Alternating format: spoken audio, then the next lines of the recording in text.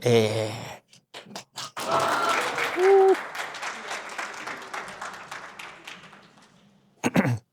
bueno, yo soy de una carrera que ya está extinta acá en INACAP, que es publicidad. Que en paz descanse, fuimos poquitos, pero bueno, o tratamos de, de ser buenos. Y quiero contarles un poquito de la experiencia que he tenido desde el área profesional primero y el control remoto de las presentaciones. Bueno, no importa. Mientras me consigo el control remoto para ir pasando a las diapositivas. Yo me especialicé en marketing digital, principalmente en redes sociales, así que andaba metido todo el día en viendo números y viendo memes y gráficas. ¿Dónde está el control, por favor? Sí.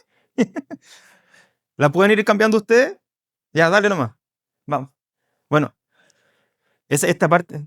Atrás. Esta es la parte del autobombo que no me interesa mucho. He trabajado en varias agencias de publicidad de Santiago y de la quinta región. Santiago me devolví porque es una ciudad asquerosa, que está muy sucia y donde la gente anda toda enojada.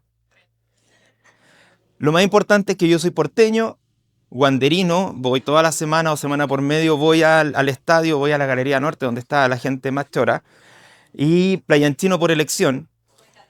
Estudié periodismo antes de estudiar publicidad acá, así que he complementado harto estos dos quehaceres de la comunicación.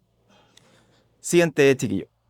Y este es el primer juguete, el primer chiche que hicimos acá en INACAP, que nosotros lo llamamos llegar tarde hace que salgan buenas ideas. Y teníamos una clase, el profesor con tres compañeros nos dejó fuera por llegar atrasado, por pasarnos a comprar un café. Y bueno, uno de mis compañeros eh, dice, oye, ¿a ti te gusta escribir, cierto? Y yo digo, sí, trato de hacerlo. Ah, ya, bacán, mira, conozco gente que le gusta ilustrar. Y si hacemos un concurso nacional de cuentos cortos, de cuentos inspirados en la verdad. Dale la siguiente. Y así nació este libro, que... Eso.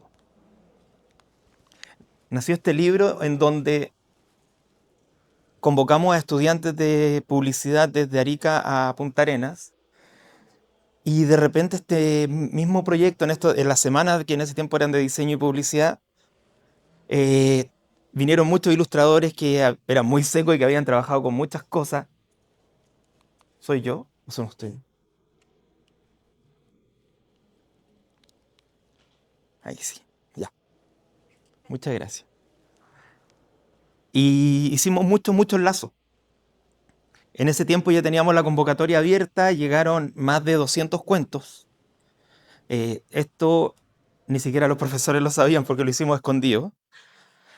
Eh, y de repente aparece en el diario La Estrella, jóvenes de publicidad, jóvenes y no tan jóvenes de publicidad, hacen un libro ilustrado, donde ya teníamos un poquito la maqueta, más o menos pensado lo que queríamos. Nos llaman nuestras queridas autoridades y nos dicen, ¿qué es esto? ¿Por qué están haciendo esta locura? Dijimos que queríamos hacer un libro, en realidad era una cosa digital en ese momento. Eh, la profe Karin, el maestro Jordán ahí también estuvieron siempre apoyando. Y gracias a eso, INACAP nos financió este librito que tenía dos fines. Uno, darle un espacio a los estudiantes de publicidad. Y el otro, que cada uno de los integrantes del equipo pudiéramos hacer la práctica donde en realidad queríamos. Queríamos mostrar nuestro trabajo no solo con un book ficticio, sino que con hechos reales.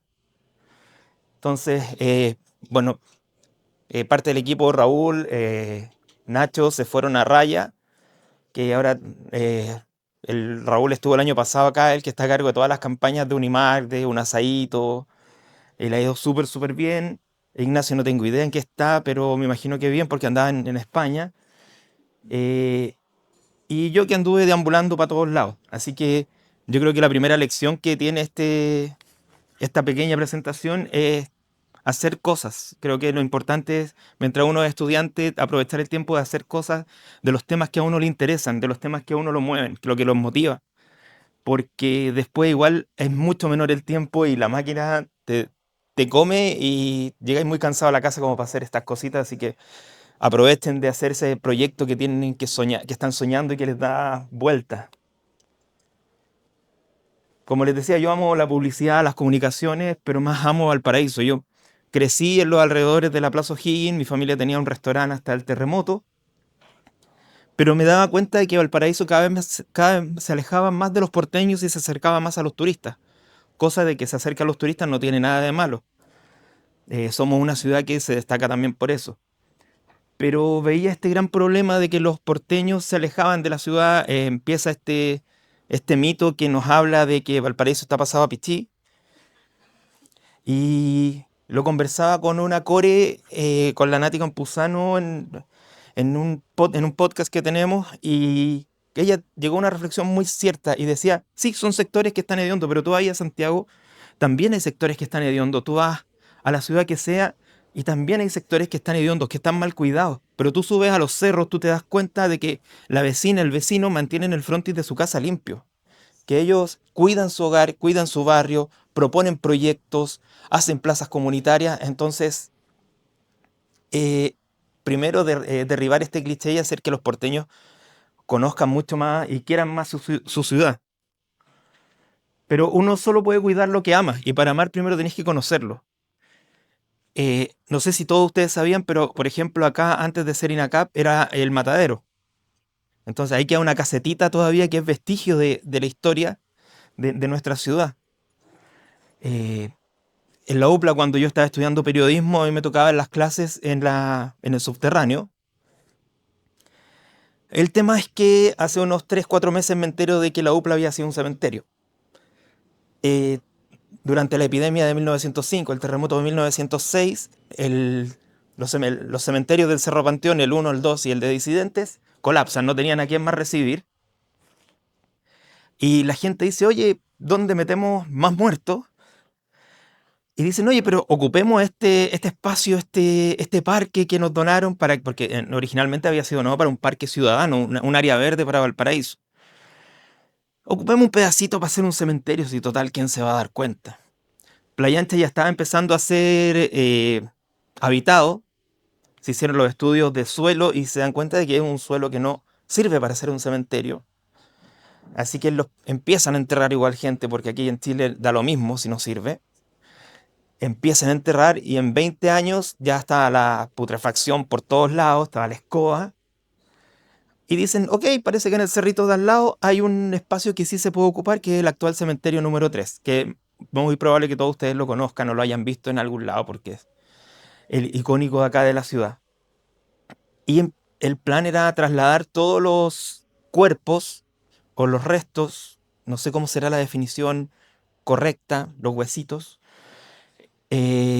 hasta este nuevo cementerio, una fosa común. Pero como estamos en Chile, agarraron a algunos nomás y se los llevaron. A principios de los 2000, en la prehistoria para ustedes, yo estaba saliendo del colegio, eh, empiezan a instalar los cables de fibra óptica que entran por la playa Las Torpederas, que se llama así en base a los buques torpederos. Detalle que después igual les puedo contar, tengo un montón de historias de Valparaíso. El tema es que empiezan a meter este cable, a recorrer el cerro y empiezan a encontrar cuerpos. Después empiezan a renovar el estadio Elías Figueroa y encuentran más cuerpos. Llegan a mi querida universidad, segunda querida porque INACAP primero. Cuando voy a la UPLA lo digo al revés. Pero empiezan a arreglar el edificio de rectoría, empiezan a hacer la piscina, ahí también estaba el casino, biblioteca, todo el show. Y también habían cuerpos. La clase que la escuela de periodismo tenía era en un subterráneo. Y la cuestión es que nosotros estuvimos viviendo y teniendo clases en este subterráneo donde caminábamos sobre un cementerio. Esos son temas que la gente no conoce de la ciudad. Es muy entretenido ir conociendo estos temas porque así uno sabe dónde vive, dónde camina, qué valor tiene tu barrio. De saber que la Avenida Brasil, que está llena de palmeras, fue hecha con los naufragios de los barcos que llegaban a Valparaíso. literalmente uno está caminando sobre el mar. Bueno, y ahí creé, creé Orgullo Porteño. Orgullo Porteño es, ahora sí, es una plataforma multimedia que la idea es esta, reencantar y que los porteños se enamoren, se vuelvan a enamorar de su ciudad. Rescatamos elementos de la historia, de la cultura. eh, Nos gusta harto el pasado, pero también no somos esa máquina nostálgica que solamente se queda mirando para atrás y diciendo todo tiempo pasado fue mejor, sino que creemos que lo mejor de Valparaíso está por venir. Dentro de los temas que tomamos están los mitos, las leyendas, las picadas, como por ejemplo la paloma ahí en el Cardonal, que son las mejores mechadas que uno puede probar, sobre todo cuando anda con hambre y funciona solo desde las 5 de la mañana hasta las 4 de la tarde, porque está pensada para los trabajadores del mercado. Hay columnas de opinión, hay, hay historias de ficción y no ficción. Tenemos una colaboradora, una compañera de periodismo española que volvió hace poquito a Chile y nos está contando su versión de Valparaíso, pero tipo Sex and the City, reviviendo los locales donde ella iba a carretear y le tienen varias historias entretenidas. Entonces, una mezcolanza de cosas que su objetivo es mostrar Valparaíso. Este es el home del sitio. Justo saqué un pantallazo de algo malo, fue cuando se quemó una de las casonas históricas de la Avenida Gran Bretaña. Ahí está la picada, la paloma, y yo no puedo dejar de ir. Se nota. eh, ha subido un poquito los precios, pero exquisito y bacano. O sea, muy buena compañía, muy buena atención, todo excelente. Y queda en el segundo piso, se los recomiendo. Y también hicimos un proyecto que también tiene algo que ver con diseño, que era identificar a los porteños con su ciudad. En ese tiempo, 10 años atrás, no había mucho merchandising de Valparaíso más que el tradicional. Entonces empezamos a hacer estos diseños de Valpo, eh, de Cerro Alegre, Playa Ancha, El Plan, bueno, Los Placeres, Cerro Barón, tratando de rescatar también los colores que eran más tradicionales y más icónicos de cada cerro. Los diseños se agotaron, por suerte, pero no pudimos hacer de los más de 40 cerros que tiene Valparaíso, porque Fundación Mi Bolsillo también tiene un límite. Entonces fue un poquito difícil continuar con este proyecto, pero se vienen cositas como dicen. Hemos hecho un fotolibro que está agotado hace mucho tiempo. Pudimos hacer también una sola edición, rescatando el street art, rescatando espacios, personas, rescatando frases, metiéndonos donde mucha gente dice, oye, no vayas con una cámara. Hay que ir nomás. Ahí yo estoy metido en la Galería Norte, está todo el estadio lleno, están todos ahí gritando y es otra cosa. Pero también nosotros nos quedamos en lo virtual o en hacer cosas lindas, sino que, por ejemplo, está la placa de la Cueva del Chivato, que es uno de los mitos que a mí más me interesa, uno de los mitos que más me gusta de la ciudad, y estaba llena de stickers, estaba llena de maleza. Fui a hablar al local que estaba al lado, que es una cafetería que se instaló hace poquito, que se llama Cafeína. Les dije, oye, préstenme una silla, préstenme una espátula, algo así, una esponja, la balosa, y me puse a limpiarla. Después, cuando estuve entrevistando a unos restauradores, me mataron por haberlo hecho así, porque dijeron que fue la peor forma, pero que se veía mejor que antes. Pero fue este proceso de estar haciendo cosas por Valparaíso, es algo que siempre nos ha movido como equipo de Orgullo Porteño.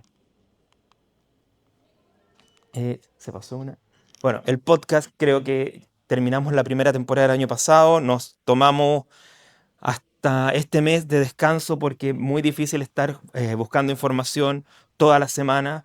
Somos un equipo de 4 personas los que participamos, Débora, María José, nuestra controladora Natalia y yo, donde vamos hablando de todo tipo de temas, como por ejemplo, obviamente partimos el primer capítulo hablando sobre el patrimonio, sobre qué es el patrimonio natural de Valparaíso, como por ejemplo los acantilados Federico Santa María, donde si uno baja hay una caja fuerte que lanzaron unos ladrones de banco y porque no la pudieron abrir.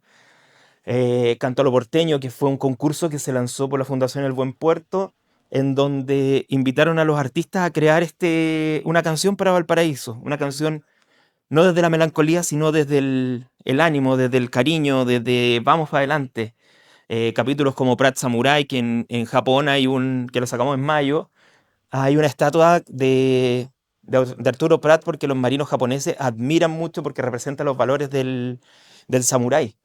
La cueva del Chivato, tema recurrente, el jazz, cómo llegó a Chile. Con Archivo Nómade hablamos de la memoria porteña, una chica que recopila muchas cosas, muchos materiales en los sectores de la Plaza Chaurren. eh, Street Art con Valpo Street Art. Y hicimos obviamente un capítulo dedicado a mi libro porque había que hacer autobombo. O sea, si no hablo yo de mi libro, nadie va a hablar. Eh, el año pasado tuvimos la suerte de ser los ganadores de la Fundación El Buen Puerto del programa Te Quiero Valparaíso, lo que nos permitió financiar el equipo audiovisual para pasar de un podcast de solo audio a audio y video.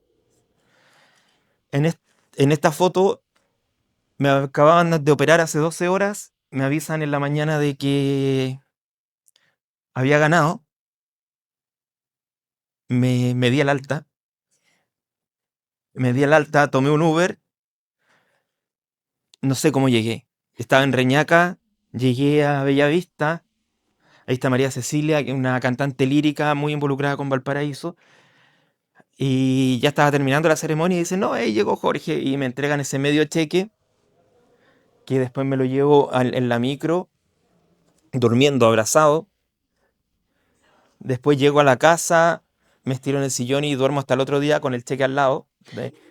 No me la creía, costó mucho creérsela. Es muy difícil esto de creerse el cuento, pero van surgiendo cosas así. O sea, uno va conociendo gente muy talentosa. Por ejemplo, eh, el- la persona que se me olvidó el nombre, perdón, del Jardín Botánico, a la Fundación El Buen Puerto les dona ciertas plantas para que ellos crearan un jardín comunitario en un cerro, en un barrio. Entonces, al final todos estamos ligados y todos estamos entrelazados en hacer una ciudad mejor. Al mismo tiempo, de todo este ánimo, de estas cosas lindas, bonitas, la oscuridad crecía dentro de mí, me empezaron a salir colmillos y cosas raras, y empecé a escribir, principalmente basado en lo que son los mitos y las leyendas de Valparaíso, también lo que había aprendido en Orgullo Porteño, los sueños más locos que he tenido en mi vida, vivencias que he tenido en los distintos cerros, y harto de cultura pop. Y ahí nació este libraco de 4 cuentos, 4 historias que recorren la ciudad. Yo lo llamo como una especie de guía para conocer Valparaíso, para quienes son los turistas y también para que los propios porteños nos involucremos un poquito más con la historia. En el libro tomo detallitos de nuestra mitología, de nuestra ciudad, como el corazón de Diego Portales, que se encuentra, después del terremoto de 1906, se encuentra en la Catedral de Valparaíso, pero su cuerpo se encuentra en Santiago, cosa que es muy rara. Eh, la cueva del Chivato, que en realidad la placa que les mostré antes en realidad la cueva nunca estuvo ahí, está un poquito más allá, y ahí hablo también de este ser. Eh, también Bueno, esto no tiene tanto que ver con Valparaíso, pero el editor lo entendió al revés, así que pasó piola. Que me pasó justo post pandemia, yo estaba trabajando en Santiago, tenía que tomar todos los días el bus como a las 5 de la mañana. Todos están penando.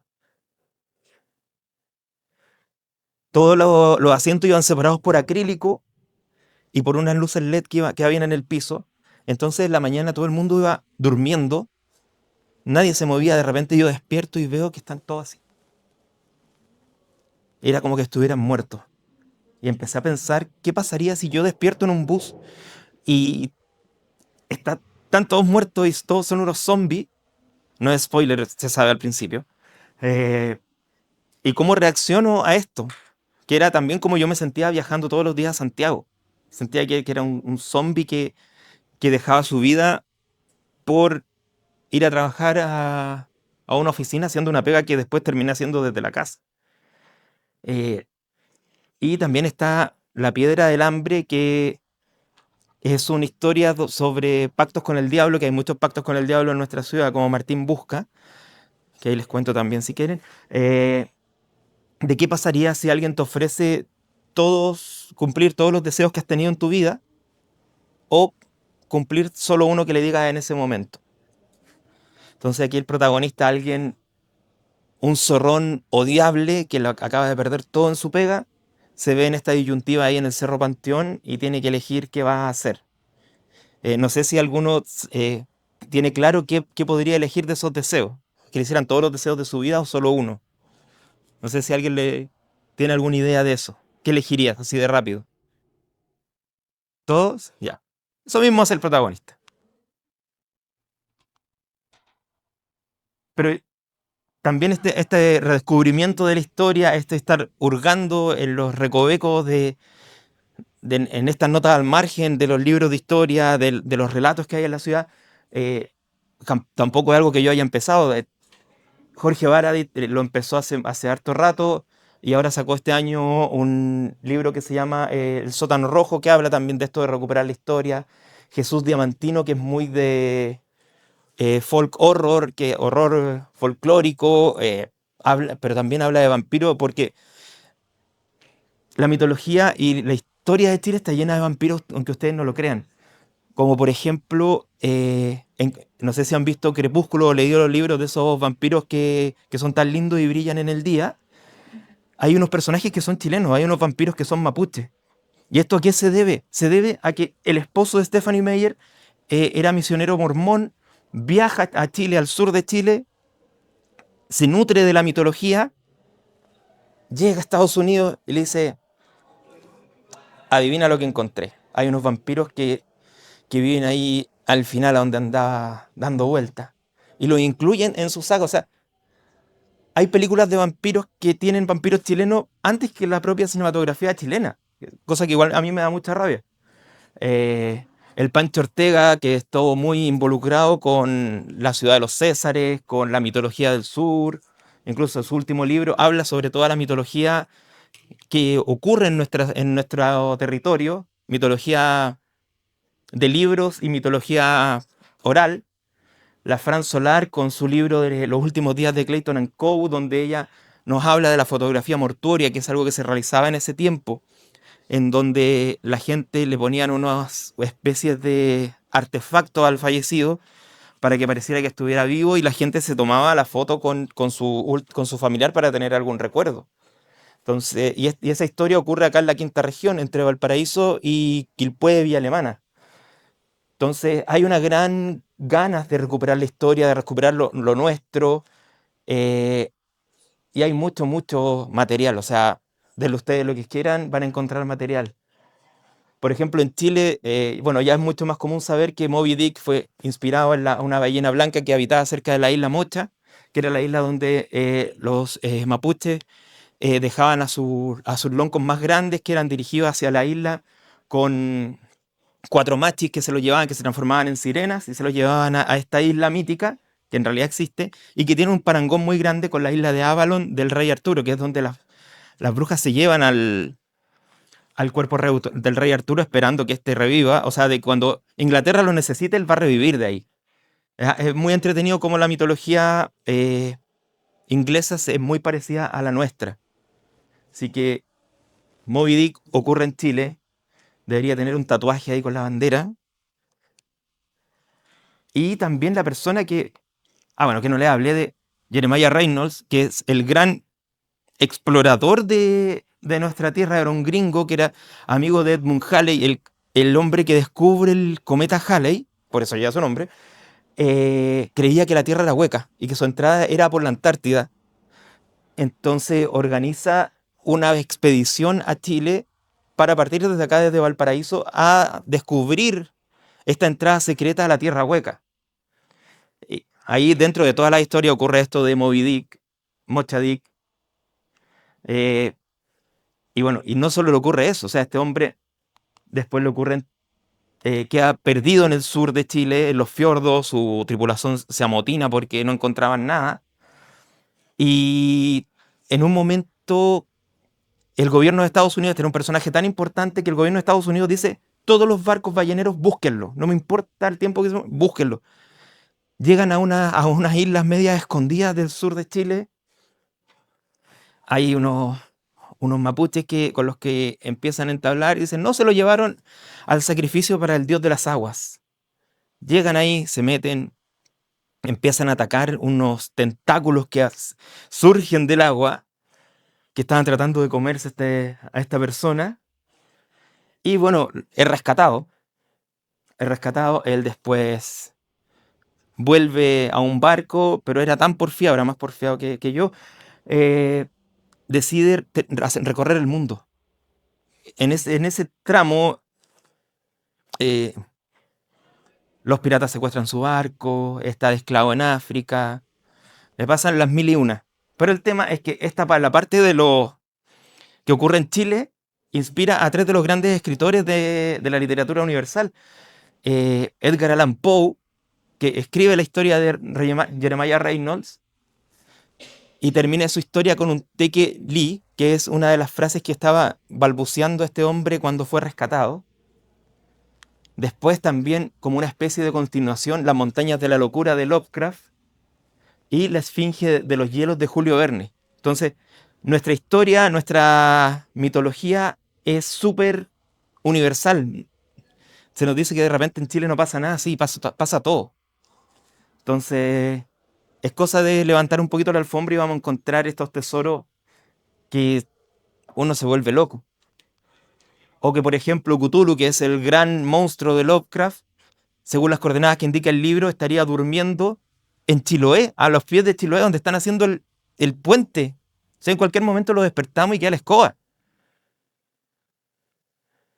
Eh, no sé si es terrible o maravilloso, pero es algo.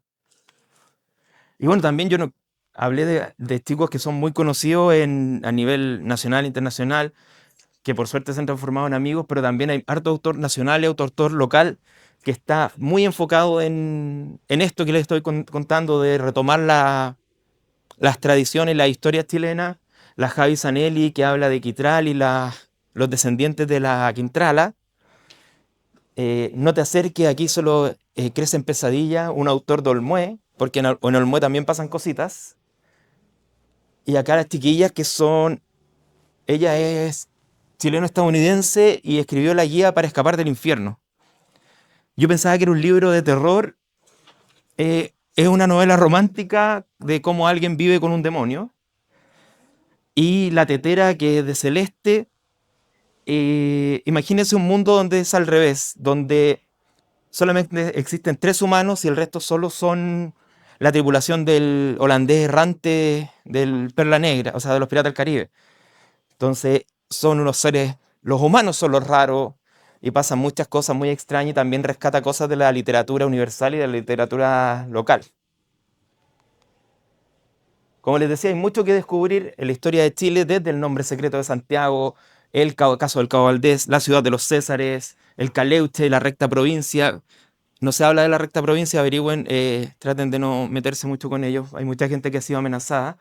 Los vampiros, el Superman chileno, la isla Friendship, el diablo chileno, que se le conoce como el Diente de Oro, las brujas de Salamanca, el corregidor de Calicanto, que hizo el puente de Calicanto con mano de obra esclava, el siniestro Doctor Mortis, que luego de Condorito es el segundo personaje de cómic más famoso de Chile, los pasajes secretos de los jesuitas en Santiago, el vampiro de Cerro Blanco, y bueno, ahí está, había notado el detalle de lo de Crepúsculo, pero en Valparaíso también somos fuente de sociedades secretas. En Valparaíso fue donde comenzó la masonería. En Chile, Emile Duá, somos tan locos que tenemos un santo asesino. Martín Busca, el hombre que engañó al diablo y que tiene su tumba que todavía uno la puede visitar en el cementerio 3. El tranque Mena, un tranque que se desbordó y que dejó la escoba. La Cruz del Cerro Los Placeres, las fosas comunes por la epidemia de la viruela, por el terremoto, centros de tortura, que hay una casa en Playa Ancha que tiene no sé si habrá sido centro de tortura o el dueño era sadomasoquista, pero tiene una habitación de piedra donde hay cadenas y cosas para amarrar gente. La Casa de las Muñecas, que está acá en Echaurre, no estaba. Y la Cueva del Indio, que ya no existe por la construcción de estos mega edificios que tapan la vista a todo. que quedaba ahí en los límites entre Placeres y es el Cerro Esperanza, que es el último cerro de Valparaíso. Es muy lindo eso, igual que la Esperanza es lo último que se pierde. Eh, Tampoco los chicos con los que nombré somos pioneros. Muchos definen la literatura chilena como costumbrista, pero en realidad tenemos libros como Subterra, en donde uno de sus cuentos termina con un cabro chico de como 10 años en el fondo de la mina diciendo, papá, papá. O como un caballo es devorado por unos bicharracos. El obsceno pájaro de la noche de José Donoso, el Colo-Colo, que es una especie de vampiro, el témpano de Canasaca, el que merodea en la lluvia, toda la fauna del norte, centro, sur, especialmente Chiloé, que es la que se roba el protagonismo casi siempre. eh, y estamos tan acostumbrados que ya son parte de nuestra vida, de nuestra idiosincrasia en esta realidad daimónica que es una realidad no tan estructurada ni tan pragmática, sino que tiene espacio para personajes como el Caleuche o como el Chupacabra.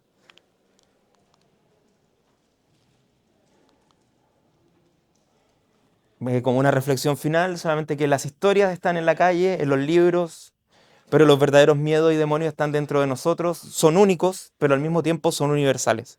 Todos hemos sentido miedo por algo, es normal, y todos hemos tenido miedos muy parecidos. Así que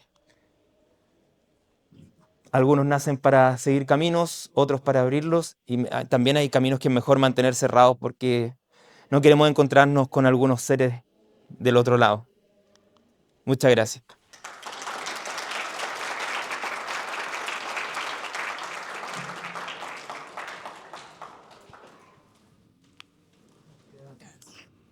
Traté de hacerla lo más corta porque dura como 3 horas. Le damos las gracias a todos que nos pillen y va pasando adelante. Me voy a hacer Ya. presentando su exposición Andrea, más allá de los videojuegos.